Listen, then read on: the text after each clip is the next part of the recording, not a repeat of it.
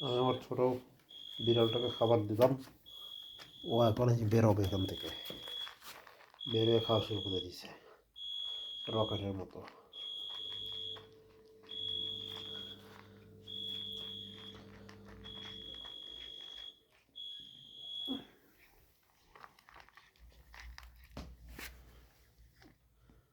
আস্তে আস্তে খা।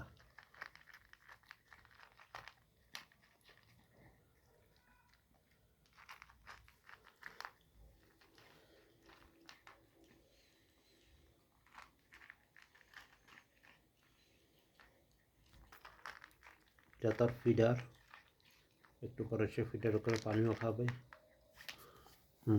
পরে আগে খা।